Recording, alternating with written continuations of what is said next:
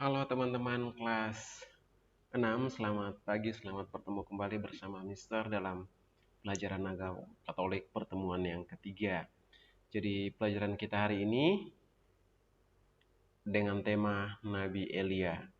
Jadi pada bagian ini dan beberapa bagian ke depan nanti, beberapa pelajaran-pelajaran berikut kita membicarakan tentang para nabi yang diutus Tuhan untuk mempertobatkan bangsa Israel.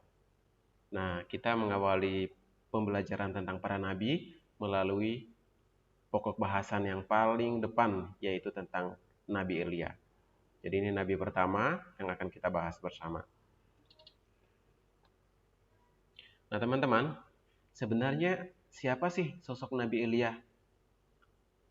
Pada dasarnya, nabi yaitu adalah utusan Allah. Jadi pada masa perjanjian lama, kitab suci perjanjian lama, Allah mengutus para nabi untuk mempertobatkan bangsa Israel. Namun dalam kitab suci perjanjian baru, Allah mengutus putranya, putra satu-satunya, untuk mempertobatkan manusia. Jadi Yesus itu adalah penggenapan dari janji Allah. Jadi pekerjaan-pekerjaan yang telah dilakukan oleh para nabi itu digenapi oleh kehadiran Yesus Kristus. Jadi salah satu ciri khas untuk membedakan perjanjian lama dan perjanjian baru, perjanjian lama berhadapan dengan tokoh-tokoh besar yaitu para nabi, Nabi Elia, Nabi Yesaya, Nabi Samuel, dan beberapa nabi yang lain. Sedangkan dalam perjanjian baru kita berhadapan dengan satu tokoh yaitu Yesus Kristus yang merupakan penggenapan janji Allah. Jadi Nabi Elia datang untuk mempertobatkan bangsa Israel dari perbuatan berhala. Jadi pada zaman Nabi Elia, begitu banyak bangsa Israel yang hidup dalam ketidakjelasan. Mereka sudah berpaling dari Allah, meninggalkan Allah, menyembah dewa-dewa yang bukan Allah. Jadi menyembah batu, menyembah patung, menyembah lembu tambun, menyembah dewa-dewa yang bukan Allah.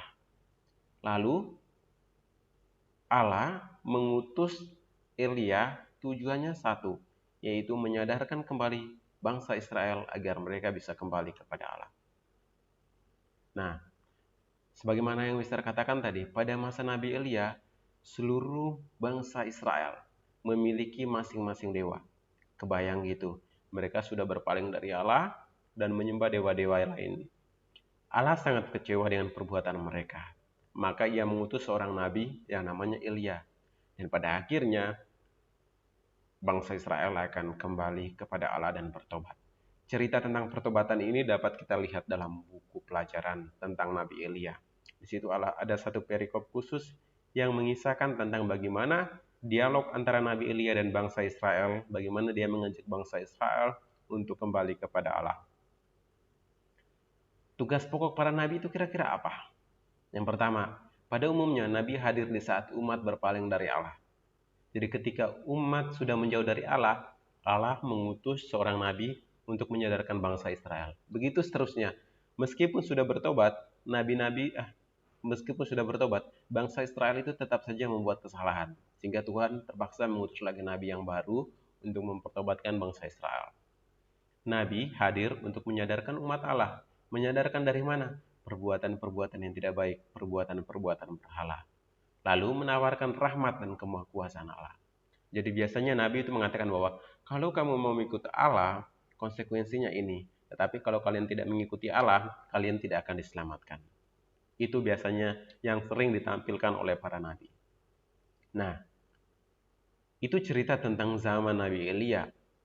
Tentang berhala-berhala pada Nabi Elia, pada zaman Nabi Elia. Tetapi zaman sekarang, kita bisa berjumpa dengan berbagai bentuk berhala-berhala modern, yaitu menyembah uang dengan korupsi. Orang yang sudah mendewakan uang, dia akan melupakan Tuhan. Melihat uang di atas segala-galanya. Banyak cara yang dia tempuh untuk mendapatkan uang. Salah satunya adalah korupsi. Orang yang korupsi adalah orang yang tidak mengenal kebaikan Tuhan. Kalau dia dekatkan diri dengan Tuhan, pasti dia tidak melakukan korupsi. Menyembah alat komunikasi sehingga mengabaikan relasi dengan sesama. Zaman sekarang, orang itu begitu nyaman dengan alat komunikasinya, dengan gadgetnya, dengan smartphone. Hal ini membuat dia jauh dari orang lain. Dia maunya dengan alat komunikasi sendiri, tidak mau bergaul dengan orang-orang yang ada di sekitarnya. Yang berikutnya, menyembah jabatan sehingga melupakan Tuhan. Orang yang selalu berambisi mencari jabatan, dia cenderung meninggalkan Tuhan. Padahal yang lebih tinggi itu adalah Tuhan, bukan kita sebagai manusia. Nah, semakin banyak waktu untuk uang, game, dan jabatan, semakin besar pula untuk meninggalkan Tuhan. Peluang meninggalkan Tuhan itu semakin besar ketika kita memfokuskan diri pada uang, game, jabatan, dan juga apa saja yang membuat kita senang. Padahal yang kita miliki adalah pemberian Tuhan. Maka karena pemberian Tuhan, dia bisa mengambil apapun dari kita, kapan saja dan di mana saja. Bahkan memindahkan kita dari dunia ini, dalam artian meninggal. Itu adalah kuasa Tuhan. Nah, apa dampak ketika kita meninggalkan Tuhan? Hidup kita tidak merasa bahagia. Hati kita merasa kosong. Banyak kekhawatiran yang ada dalam diri. Kita merasa serba kekurangan. Jadi masih mau meninggalkan Tuhan? Jangan teman-teman.